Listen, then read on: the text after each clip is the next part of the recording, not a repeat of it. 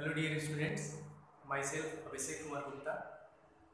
This is class 9th, okay, and I'm your new English teacher, okay, and I have to teach you the remaining chapters of your book Beehive, okay, and as I have been told that some chapters are left, and I will try to teach those remaining chapters, okay, and first of all let's have some introduction about the book.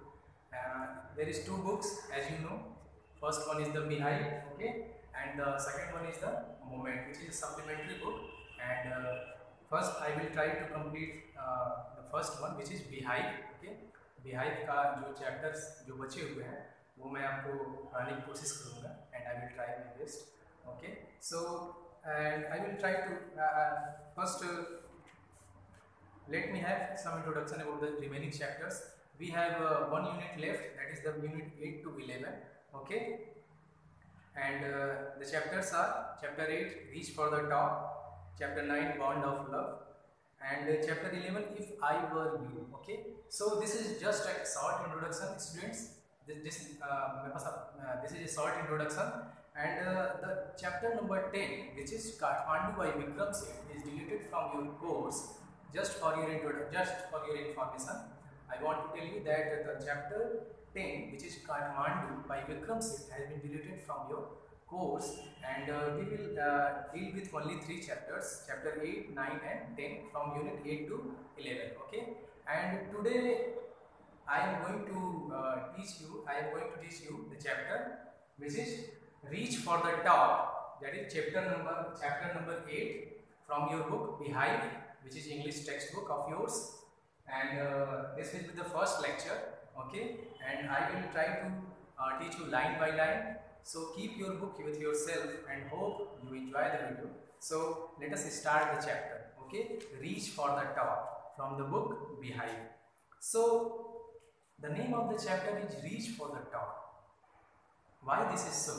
Reach for the Top, and it is very much clear from the heading, Reach for the Top. The name of the chapter is Reach for the Top, okay.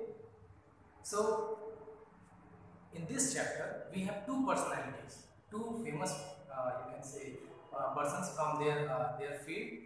One is a mountaineer, and other one is the tennis player, very famous tennis player. One is Santosh Yadav from India, and other one is from Russia, Maria Sharapova, who is a tennis player. So first part of this unit we have two biographical accounts. Biographical accounts किसे कहते हैं? What is a biography? किसी भी famous जो persons होते हैं उनके बारे में जो चीज़ें होती हैं वो क्या होती हैं? बायोग्राफी होती है, जो किसी भी दूसरे के द्वारा लिखा जा सकता है, वो बायोग्राफी होती है. बायोग्राफी और ऑटोबायोग्राफी में डिफरेंस होता है. In autobiography we have word autobiography, okay. Auto means written by means self, जो सेल्फ किसी भी व्यक्ति के द्वारा या किसी भी पर्सनैलिटी के द्वारा जो उसका खुद का जो मतलब खुद के बारे में जो लिखा जाता है, खुद के द्वारा लिखा जाता है, दैट इज ऑटोबायोग्राफी. और बायोग्राफी क्या होता है? किसी भी व्यक्ति के बारे में, किसी भी पर्सन के बारे में जब हम या कोई ऑथर या कोई भी व्यक्ति जब लिखता है तो वो बायोग्राफी होता है. So in this chapter reach for the top we have two biographical accounts which tells us about that how these two personalities have reached the top of in their field, okay. अपने field में कैसे वो अपने top पे पहुंचे, okay. So dear students, let us start the chapter and hope you enjoy the video, okay. So first part is Santosh Yadav, Reach for the Top, and first part is about Santosh Yadav. Second part we will deal later, okay. First we will learn about Santosh Yadav. We will see who is she and why she is famous, okay. So the only woman in the world, from the textbook, okay, the only woman in the world who has scaled Mount Everest twice was born in a society where the birth of a son was regarded as a blessing, and a daughter, though not considered a curse, was not generally welcome, okay. So from the very starting we see that the one who is Santosh Yadav. हमें starting statement से ही पता चल रहा है कि संतोष यादव कौन है? The only woman in the world who has scaled Mount Everest twice. Means Santosh Yadav is the only woman in the world who has scaled, who has reached the top of the means Everest twice. मतलब संतोष यादव कौन है? Santosh Yadav mount Everest पर 2 बार चढ़ने वाली, 2 बार पहुंचने वाली पहली महिला है मतलब पूरे वर्ल्ड में, means she is the only woman in the world who has scaled the mount Everest twice. 2 बार जिन्होंने माउंट एवरेस्ट की चोटी को फतह किया है, 2 बार वहाँ पहुँच चुकी है, 2 बार चढ़ चुकी है। ओके, सो तो ये क्या फर्स्ट स्टेटमेंट, फर्स्ट पैराग्राफ क्या कहता है? The only woman in the world who have scaled Mount Everest twice was born in a society. तो उनके बारे में बताया जा रहा है कि वो कौन है, वो 2 बार एवरेस्ट पर चढ़ने वाली पहली महिला है, और वो किस सोसाइटी में पैदा हुई, where the birth of son was regarded as a blessing. So अपने सोसाइटी में ये सब चीज़ें देखते हैं कि birth of a son in a society where considered as a blessing, यानी एक लड़के का पैदा होना जहाँ ब्लेसिंग माना जाता है। But what about a daughter, एक लड़की के बारे में क्या, एक फीमेल चाइल्ड के बारे में क्या, कंसिडर्ड दो नॉट कंसिडर्ड ए कर्स, यद्यपि कि उसे कर्स नहीं माना जाता। कर्स मीन्स अभिशाप, you can say bad things, bad omen. Okay, जिसे हम अपशकुन मानते हैं, अपशकुन हमारे यहाँ गाँव में कहा जाता है। ओके, सो उसे हम कर्स तो नहीं मानते हैं, लेकिन वॉज नॉट जनरली वेलकम, लेकिन उसका हम वेलकम नहीं करते। मीन्स हमारे समाज में आज भी कई जगह ऐसा है जहाँ लड़कियों का गर्ल चाइल्ड को लोग नहीं वेलकम करते हैं, मतलब लोग गर्ल चाइल्ड नहीं चाहते हैं, सभी क्या चाहते हैं कि हमारे यहाँ एक लड़का ही पैदा हो। So here is a gender equality. Dear students, you can see from the very first paragraph that how Santosh Yadav was victim of gender inequality. So हमारे समाज में बहुत सारे इनइक्वालिटीज हैं, बहुत टाइप की इनइक्वालिटीज हैं, like gender inequality, caste inequality, और at the means various level पे इनइक्वालिटीज हैं, and gender inequality is one of them. लैंगिक असमानता उनमें से एक है। सो संतोष यादव एक, जो कि वो एक लड़की थी, और वो उस समाज में पैदा हुई जहाँ पे लड़कों का पैदा होना तो एक मतलब अच्छा, मतलब फॉर्चून था, एक भाग्य की बात थी, लेकिन लड़कियों का पैदा होना भले अपशकुन नहीं माना जाता था, लेकिन वो क्या था, लोग उसको वेलकम नहीं करते थे, लोग नहीं चाहते थे कि हमारे यहाँ लड़की हो, और आज भी हमारे यहाँ समाज में सब चीज़ें देखी जाती हैं। सो Santosh Yadav was born in that society. When her mother was expecting Santosh means जब वो संतोष यादव पैदा होने वाली थी। Okay, when her mother was expecting Santosh, a traveling holy man invited come, holy man किसे बोल रहा है यहाँ पे? holy means होता है which is very sacred, पवित्र। holy man यहाँ सेंस क्या है कि हमारे गांव में जो सेंट्स होते हैं, जो साधु, या जिनको हम शुद्ध हिंदी में बाबा बोलते हैं। Okay, so the holy man जो उस गांव से गुजर रहे थे, गिविंग हर हिज ब्लेसिंग्स, तो उसकी माँ को उन्होंने आशीर्वाद दिया, संतोष यादव की माँ को उन्होंने अपनी ब्लेसिंग्स दी। क्या ब्लेसिंग्स दी? Assume that she wanted a son, और वो होली मैन जो, मतलब होली मैन यहाँ पे एक उपाधि है कि वो होली मैन जो एक तरह से हम कह सकते हैं जो वहाँ पे ऋषि थे, या कह सकते हैं जो भी वहाँ बाबा थे, वो क्या एज्यूम किए। देखो उनकी भी मेंटालिटी क्या है कि सब कोई लड़का ही चाहता है, तो उनकी ब्लेसिंग्स भी क्या थी कि वो जो संतोष यादव की माँ जो अभी संतोष यादव को जन्म देने वाली थी, तो बाबा क्या सोचते हैं कि हो सकता है क्या, मतलब वो अज्यूम करते हैं कि संतोष यादव की माँ एक लड़का ही चाहेंगी। Okay, she would consider for a son, but what is the fact? But to everyone's surprise the unborn child's grandmother, मतलब अभी तो संतोष यादव पैदा नहीं हुई थी, she was not born yet, but her grandmother wanted a female child, not a male child. Okay, उन्हें बेटा नहीं चाहिए था, बल्कि एक बेटी चाहिए थी। Okay, but to everyone's surprise, मतलब एक तरह से सबके लिए आश्चर्य की बात थी, the unborn child's grandmother who was standing close by, जो संतोष यादव की माँ के बगल में खड़ी थी, told him, क्या बताया? him मतलब बाबा को, जो होली मैन थे, that they did not want a son, वो एक बेटा नहीं चाहते हैं। The holy man was also surprised. So holy man was also surprised that people generally they long for son and not for a girl child. But here is a woman who wants a female child, who wants a daughter. Okay, एक बेटी चाहती है, तो वो भी surprise हो गया। तो ये क्या दिखाता है? हमारे समाज की मेंटेलिटी भी दिखाता है कि हर कोई यही सोच रहा है कि लड़की नहीं, मुझे लड़का ही चाहिए। सो जेंडर इनइक्वालिटी इस तरह से हमारे समाज में है कि इवन जो होली मैन है, जिनको होली मैन कहा जा रहा है, वो भी यही सोच रहा है। Okay, so he was also surprised, the holy man was also surprised that Santosh Yadav grandmother is about means she wants a girl child, a daughter. Okay, nevertheless, तो भी, ओके, नेवरदलेस, तो भी, he give the requested blessing, so he give the requested blessing, और that holy man gave the requested blessing. And what was the requested blessing? That Santosh grandmother asked. संतोष की grandmother ने क्या blessing के तौर पे क्या रिक्वेस्ट किया था? That she did not want a male child, a son. She wants a daughter. Okay, वो एक बेटी चाहती है इस घर में. And as destiny would have it, और जैसा भाग्य को मंजूर था, and as destiny would have it, the blessing seemed to work. और ऐसा जैसा भाग्य को मंजूर था, तो ब्लेसिंग काम भी कर गया. ब्लेसिंग मींस जो उस होली मैन के जो आशीर्वाद था वो काम कर गया. यानी कहने का सेंस ये है कि बेटी ही पैदा हुई. Okay, Santosh was born the sixth child in a family with 5 sons. Okay, Santosh was born the sixth child. तो ये अपने परिवार में सिक्स्थ चाइल्ड थी, मतलब 6वीं संतान थी. A family with 5 sons, और ऑलरेडी इनकी फैमिली में 5 बेटे थे. Okay, so a sister to 5 brothers. Okay, so वो 5 भाइयों की बहन थी. मतलब संतोष यादव सबसे 6वें नंबर पे थी और वो 6वीं संतान थी जो गर्ल चाइल्ड थी. और इसके पहले जो 5 जो चाइल्ड थे वो क्या थे? they were the son, they were the male. Okay, वो बेटे थे. सो संतोष यादव के 6 भाई थे. So she was a sister to 5 brothers. Okay, she was born in the small village of Joniawasa of Rewari district in Haryana. So यहाँ पे हम देखते हैं संतोष यादव के बारे में मुझे यहाँ पे कुछ इन्फॉर्मेशन मिलती है यहाँ से कि where was संतोष born?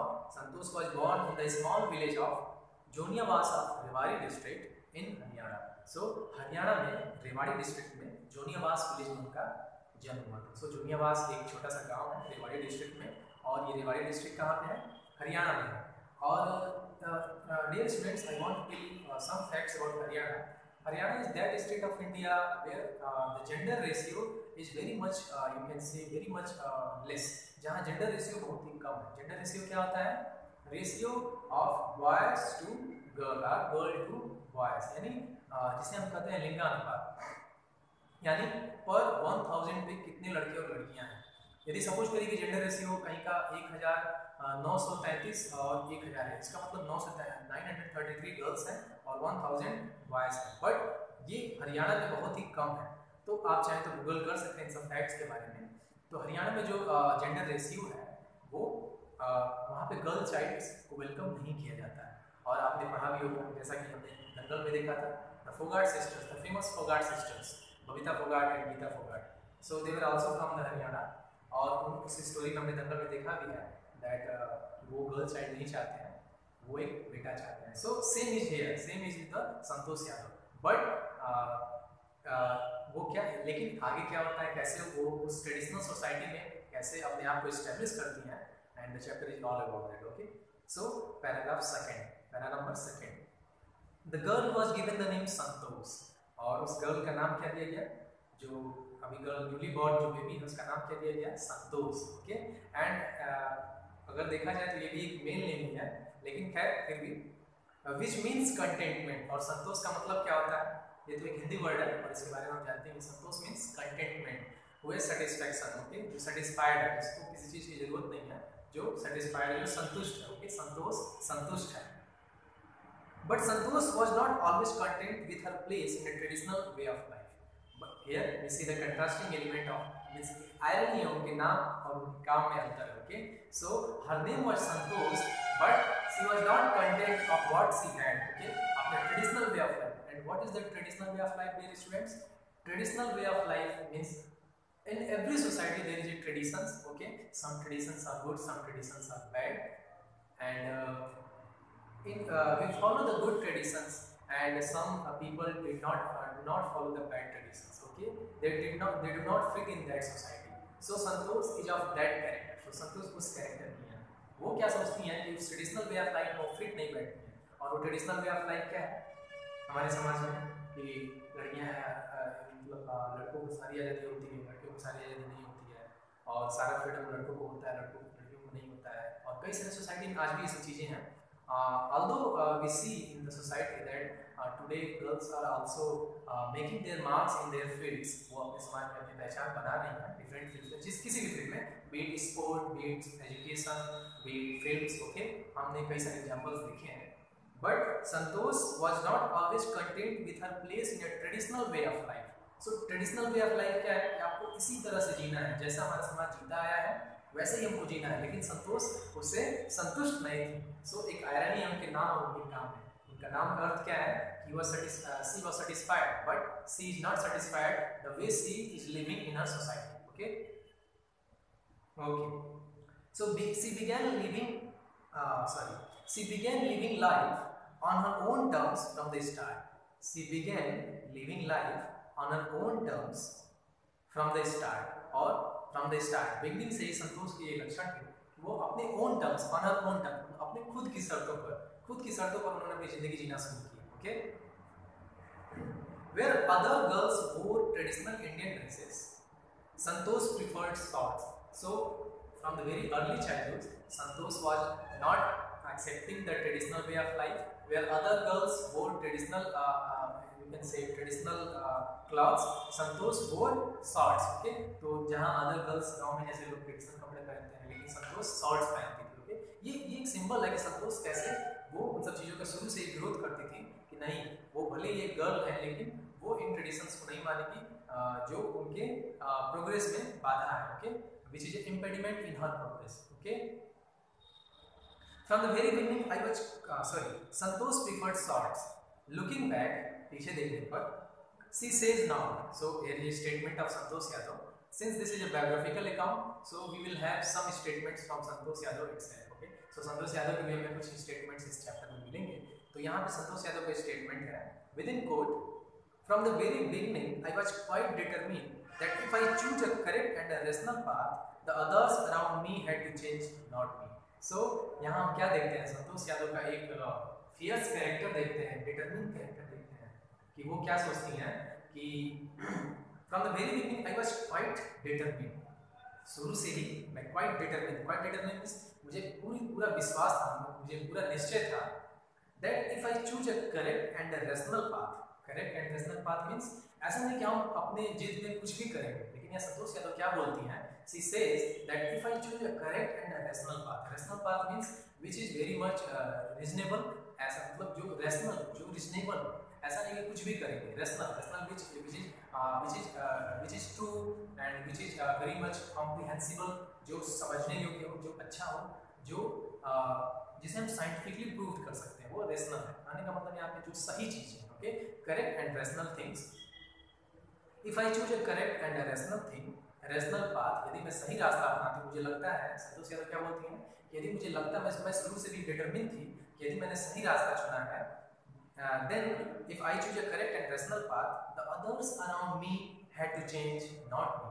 तो मेरे इर्द गिर्द के जो लोग हैं, जो सराउंडिंग पीपल्स हैं, उनको चेंज होना पड़ेगा, ना कि मुझे। यहाँ क्या कहने का सेंस है डियर स्टूडेंट्स, ये सेंस यहाँ पे ये है, यदि मेरा रास्ता सही है, यदि मुझे लगता है कि मैं सही रास्ते पर हूँ, if I am on the right path, then others will have to change. So दूसरी को चेंज होना पड़ेगा, मुझे नहीं। सो मैं ये नहीं, अगर मैं एक लड़की हूँ लेकिन मैं एक अच्छा काम कर रही हूँ, यदि मैं अपने गोल को लेकर, अपने लाइफ को लेकर यदि मैं सही रास्ते पर हूँ, तो पीपल्स को चेंज होना पड़ेगा, एनवायरनमेंट को चेंज होना पड़ेगा, मुझे नहीं। मैं अपने रास्ते पर चलूंगी so that I can achieve my goal. Okay, so she is very much determined, she is very much you can say ambitious, वो एम्बिशियस है। Okay, so these are the characters of Santosh Yadav, और ये कैसे हेल्प करेंगे उन्हें mount Everest चढ़ने में, ये हम देखेंगे चैप्टर्स में। Okay, paragraph number 3, Santosh parents were affluent land owners who could afford to send their children to the best schools, even to the country's capital. Okay, so Santosh के parents क्या थे, affluent landowners थे। affluent means one who is very much rich. Okay, जो संपन्न है, जो rich है, जो पूरी तरह से जिनके पास सभी सुविधाएं हैं, they are affluent persons. So Santosh parents were affluent landowners. Landowners means जमींदार, okay, जो जिनके पास बहुत सारी जमीनें होती हैं, जो जमींदार हैं। Santosh parents were landowners, affluent landowners who could afford to send their children to the best school. Afford means जो bear कर सकते थे, अपने चिल्ड्रंस को अच्छे स्कूल में, you can say best schools में अफोर्ड कर सकते थे भेजने के लिए। Even to the country's capital New Delhi, यहाँ तक कि कंट्रीज कैपिटल मतलब जो हरियाणा के बगल में, क्योंकि हम जानते हैं मैप पे अगर हम देखेंगे तो न्यू दिल्ली हरियाणा पास ही है। ओके, सो न्यू दिल्ली मतलब कंट्री के कैपिटल, मतलब यहाँ कहने का सेंस ये है कि उनके माता पिता इतने संपन्न थे कि वो अपनी बेटी को पढ़ने के लिए बाहर भी भेज सकते थे। Okay, even to the country's capital which was quite close by, जो नजदीक ही था। हरियाणा और ये नेबरिंग से डिस्ट्रिक्ट है, नेबरिंग मैप पे अगर आप देखें तो दोनों अगल बगल ही है, हरियाणा और new Delhi. But in line with the prevailing custom in the family, in line with the prevailing custom of the family, तो जो प्रिवेलिंग कस्टम था, कस्टम मीन्स रीति रिवाज, जो वे ऑफ लाइफ है किसी सोसाइटी का, जो वे ऑफ लाइफ होता है, कस्टम मीन्स रीति रिवाज, जो भी रीति रिवाज थे उसके अनुसार अगर देखा जाए, Santosh had to make do with the local village school, लेकिन despite there means Santosh parents were affluent landlords, Santosh had to continue his education, his early education in the village school, तो विलेज स्कूल में उनको अपना एजुकेशन कंटिन्यू करना पड़ा। क्यों? क्योंकि उनका कस्टम ये था कि लड़कियां बाहर नहीं जाएंगी, लड़कियां गांव में ही पढ़ेंगी, वो बाहर नहीं जा सकती। Okay, so she decided to fight the system, to fight the system, remember students, to fight the system. Okay, तो सिस्टम यानी क्या है, जो कस्टम्स हैं, जो सोसाइटी की जो ट्रेडिशंस हैं, जो कंजर्वेटिव आइडियाज हैं, जो सेट पैटर्न है, उससे फाइट करने के लिए उन्होंने क्या किया, वेट किया। So she decided to fight the system in her own quiet way when the right moment arrived. तो उन्होंने क्या डिसाइड किया कि जब अपने ही तरीके से, मतलब शांत तरीके से उन्होंने डिसाइड किया कि when the right moment will come, I will fight this system and I will achieve my goal. संतोष ने क्या डिटरमिन किया, क्या डिसाइड किया कि अभी तो खैर अभी मैं छोटी हूँ, लेकिन शुरू से ही उनके अंदर वो कैरेक्टरिस्टिक्स थे, वो उनके अंदर लक्षण थे कि वो ट्रेडिशंस को, those traditions which were a barrier, जो उनके यू कैन से उनके गोल में, उनके लाइफ स्टाइल में जो बैरियर का काम करते थे, जो कस्टम्स, जो ट्रेडिशन, जो कंजर्वेटिव वे, कंजर्वेटिव स्टाइल्स, लाइफ स्टाइल्स थे, जो उनके लिए एक बाधा उत्पन्न कर रहे थे, उनको वो तोड़ निकलने का पूरा प्रयास करती, लेकिन अपने क्वाइट वे में, जब एक राइट मोमेंट आएगा, सही अवसर की तलाश में थी। Okay, and the right moment came when she turned 16, और जब वो 16, मतलब जब वो 16 साल की हुई, जब वो बड़ी हुई, तब वो अवसर आया, और वो अवसर क्या था?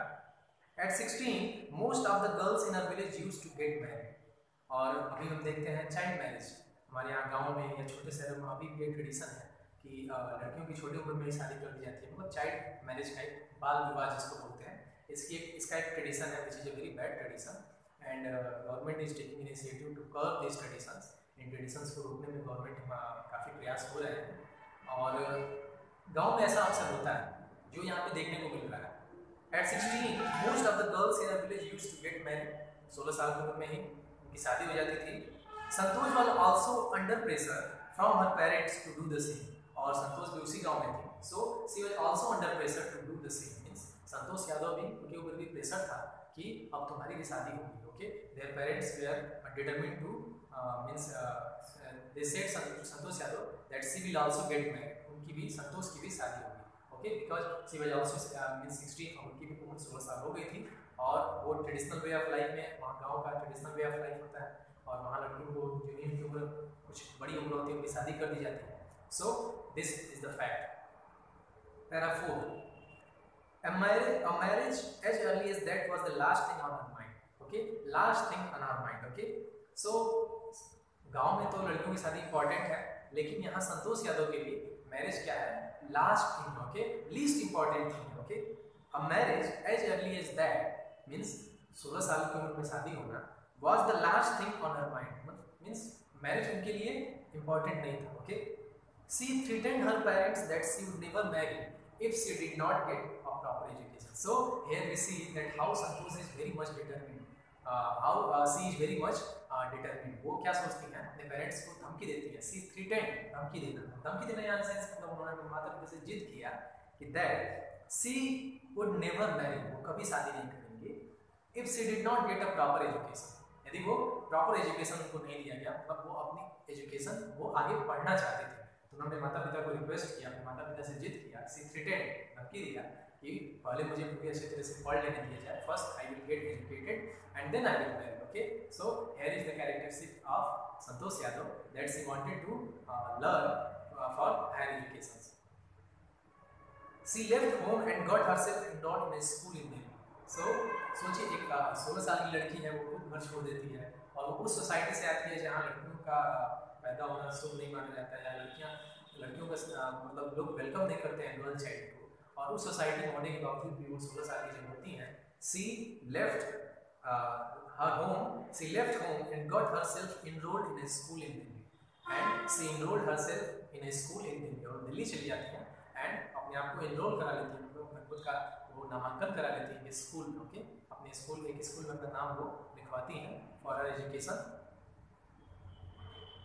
When her parents refused to pay for her education, when her parents refused to pay for her education, और जब उनके माता पिता ने उनके एजुकेशन के लिए पे करने के लिए मना कर दिया कि नहीं हम फीस नहीं देंगे, she politely informed them of her plans to earn money by working part time to pay her school fees.